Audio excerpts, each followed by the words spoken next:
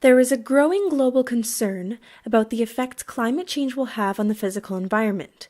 Many groups have made predictions about temperature increase, rise in sea levels, and change in weather patterns. While this is cause for concern in and of itself, perhaps a greater cause for concern is the implications of climate change for global health.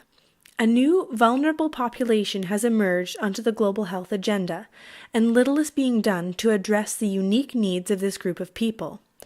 While this is a common problem among those who advocate for global health issues, this concern is expected to worsen drastically in the coming years, and there is little that can be done to prevent the damage, only to prepare with the outcomes. I am speaking of climate refugees, an issue which will become a global health concern in the most literal sense within the next decade. First, I will outline the nature of the problem as described by the Environmental Justice Foundation, a group advocating for prioritization of this issue on the global agenda.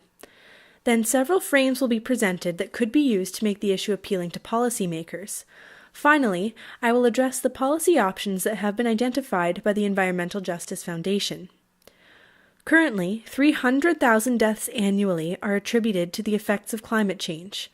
Over the last 2 decades, 10 million people have been displaced in Africa alone due to desertification and environmental degradation.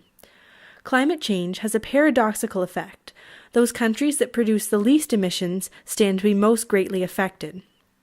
Predictions suggest that there will be 150 million climate refugees by the year 2050, which will be 1.5% of the global population of a projected 9 billion. This enormous group of people will most likely require permanent resettlement, unlike conflict refugees who may be able to return to their homeland once the threat of conflict or violence has been rectified.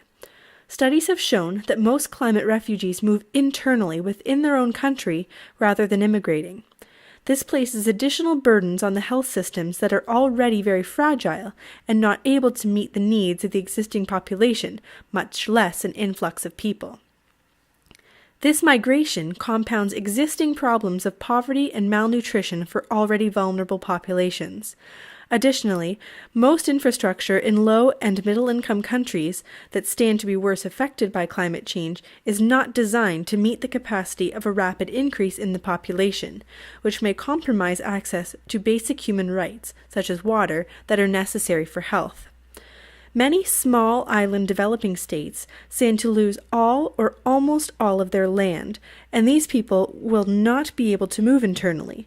This is concerning because these areas often have unique cultures and endemic species which will be lost due to rising sea levels. Immigrants from these areas have unique concerns among climate refugees. There is no legal term for climate migrants. They are not protected under the 1951 Geneva Convention relating to the status of refugees because they do not exhibit the necessary fear of persecution in their homeland, and often there is no cross-border movement.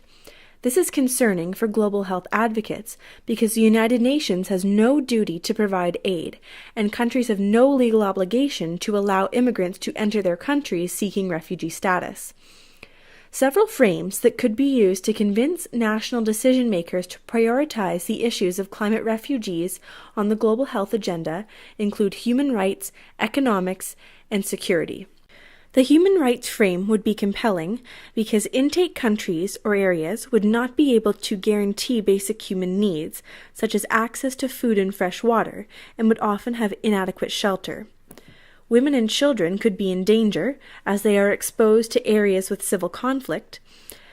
This further exacerbates the negative effect of the income gap, as those who are wealthy can avoid these problems by immigrating to other countries, and those who are poor cannot, and climate refugees have no provisions under the Geneva Convention.